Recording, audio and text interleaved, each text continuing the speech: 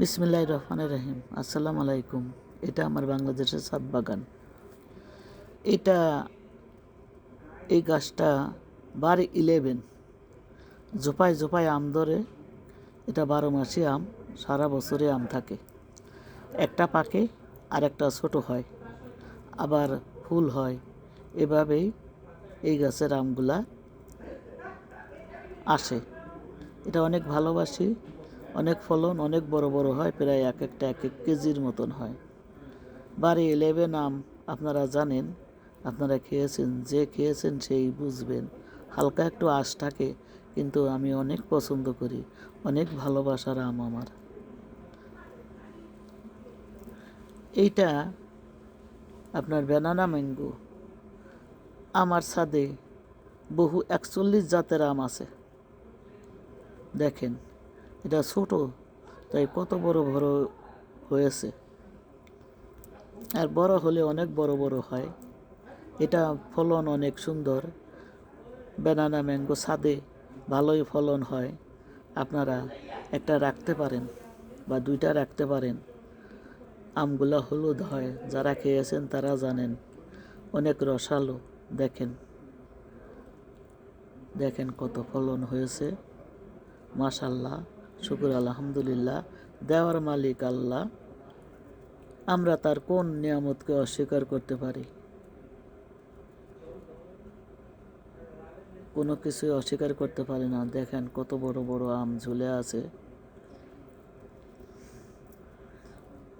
তিনি গাছ দেন, ফল দেন, সব কিছুই করেন। তার মহিমা ছাড়া আমরা চলতে পারি না, বাঁচতে পারি না। এবার আসেন আম্রপালি। আম্রপালির কথা আপনারা না, এটাও ব্যানানা ম্যাঙ্গো। ব্যানানা ম্যাঙ্গো আমার অনেকগুলা গাছ।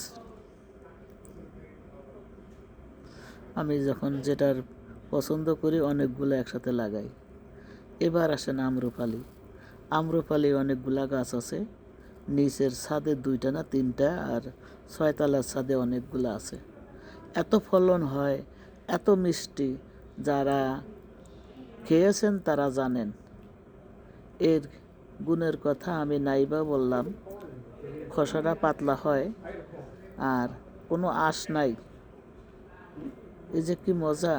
এটা সবার শেষে পাকে, এখনো ছোট ছোট, তাই দেখেন কত বড় বড় হয়েছে।